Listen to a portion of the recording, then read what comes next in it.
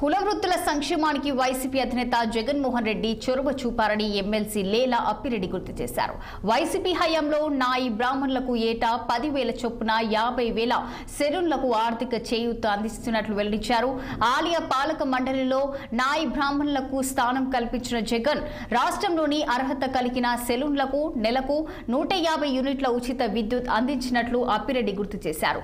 Tadapalli YCP కేంద్ర కార్యాలయంలో వైద్య నారాయణుడి ధన్వంతరి భగవాన్ జయంతి వేడుకలు ఘనంగా జరిగాయి. ఈ మేరకు ధన్వంతరి చిత్రపటానికి ఆ పార్టీ నేతలతో కలిసి అప్పిరెడ్డి పూలమాలలు వేసి సాంప్రదాయ పూజలు నిర్వహించారు. సమాజానికి ధన్వంతరి అందించిన ఔషధ సేవలను ఈ సందర్భంగా అప్పిరెడ్డి స్మరించుకున్నారు. అనంతరం ఆర్ఎంపీ, పీఎంపీ వైద్యులకు సాల్వలతో సత్కరించారు. రాష్ట్రానికి జగన్ మళ్లీ సీఎం అయ్యాక భగవాన్ ధన్వంతరి జయంతిని అధికారికంగా నిర్వహిస్తామని తెలిపారు లేలా అప్పిరెడ్డి. శ్రీ భగవాన్ శ్రీ ధన్వంతరి జయంతిని పురస్కరించుకొని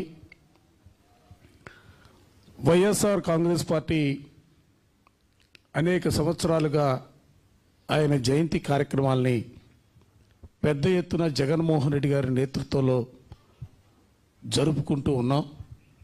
ఈరోజు ఈ కార్యక్రమానికి పెద్దలు యానదయ్య గారు,